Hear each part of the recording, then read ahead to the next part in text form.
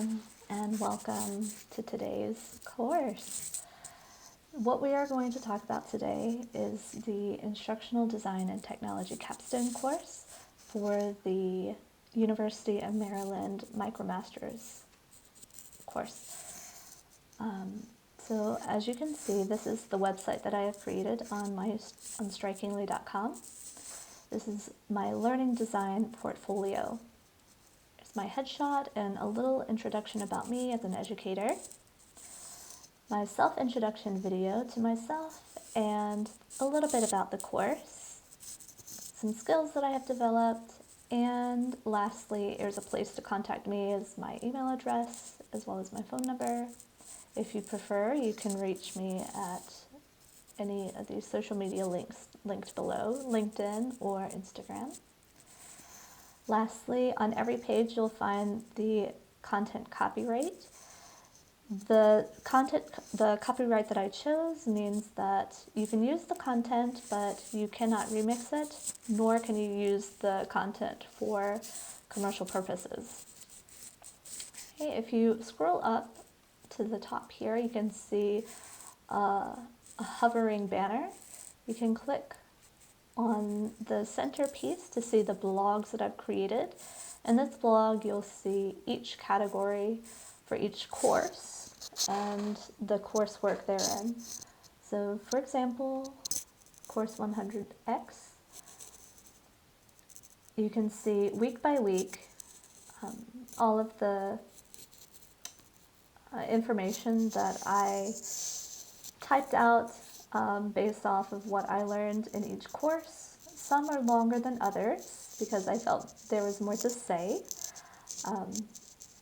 And then last but not least, you go up to the top, you'll find the Instructional Design document, the IDD. You can click on that. And this will show you my Instructional Design document.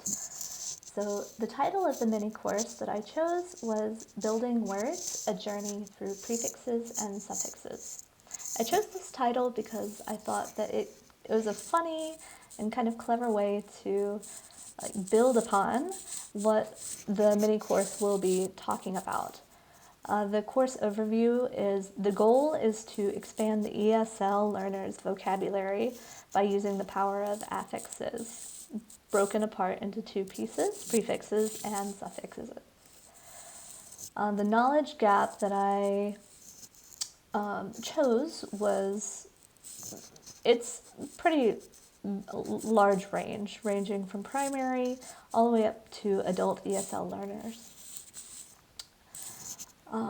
Although the target audience will be K through 12, I opened it up to a larger range of learners for this purpose. There are prerequisites for the course. The learner should be able to read to a minimum of A2 on the CEFR level, and they should be able to operate a keyboard or mouse on a computer or navigate a touch screen if the learner is using a mobile device such as a tablet or a phone. Now the course is, I used step-by-step chunking, chunking to kind of approach and break apart the different sections that I chose to focus on. The course is asynchronous, meaning the learner doesn't have specific deadlines. There are soft deadlines for the course. There are no live classes, so the learner has flexibility in when they complete their coursework. Course learning activities include some quizzes, some games, a colorful multimedia presentation for each unit, as well as utilizing the discussion boards on the classroom. You can see the instructional design model that I chose, along with the course learning objectives, some resources that I used, the digital documents that I created, the learning theories that I enveloped within the Capstone course, and a few citations and attributions to sources that I've used as well. You can see down below the storyboard draft. This is the first storyboard draft, and if you take a look at this to the end, you can see it's changed very much. Okay, some digital media documents that I created. And last but not least, we are going to introduce you to the course. So I chose Google Classroom to use as my LMS for this course because of the familiarity that I personally have with it and the ease of use for the learners that I am targeting. So the class code you can see here on the mainstream screen, and you should also see the class invite link sent to you and is included in the final submission. Moving on to the classwork, you can see first we have our course resources. Here's a short intro to what we aim to do with this mini course, as well as the syllabus that's included in a PDF form, so you can look at it online or offline at your convenience. There are 3 modules and 5 units within these 3 modules. The first module is the longest, and we start out actually with a question. So what is your favorite prefix word and why? For this assignment, these learners has to utilize the discussion board and not only create their response, but they are also required to at least respond to 2 other classmates. Moving on, we have Unit 1. If you click on each unit, you'll see a preview of the learning material as well as the unit goals. There are goals for each unit. You can see there is the, I'll need to fix that. There is the Power of Prefixes digital document that I created, as well as the PowerPoint that I created using Adobe Express. So starting from page 1 or 5. Okay, let's take a look. So starting page, we see building words, a journey through prefixes and suffixes. We'll have the title of each unit on the first slide, and then we have a basic intro. What is an affix, and what are the benefits of learning how to use affixes?